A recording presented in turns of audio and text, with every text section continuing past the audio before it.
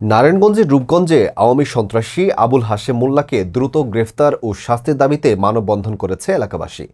মঙ্গলবার বিকেলে উপজেলার কায়েতপাড়া ইউনিয়নের কামসায়ের এলাকায় এই কর্মসূচি পালন করেন তারা।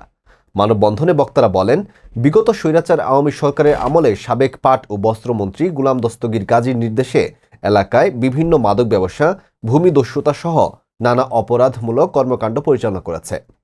এলাকায় বিএনপি নেতা কর্মীদের উপর হামলা ও নির্যাতন করেছে।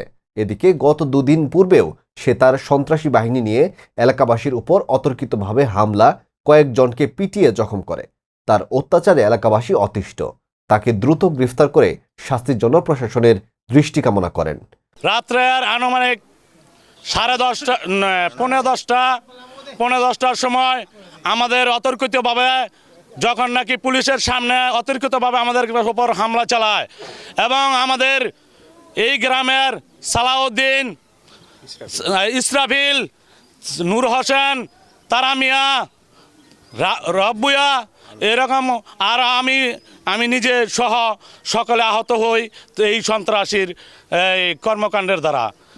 এই আওয়ামী সন্ত্রাসীরা আমাদের এই গ্রামের এমন কোনো অপকর্ম নাই এই হাশেম মোল্লা না করেছে এবং তার দোসররা কিছুদিন আগে পরিকল্পিতভাবে অনেক লোকজন নিয়ে জড়ো করে তার বাসায় অস্ত্র, বিভিন্ন ধরনের দেশীয় শস্ত্র নিয়ে এই বিএনপির লোকজনের ওপর হামলা করেছিল।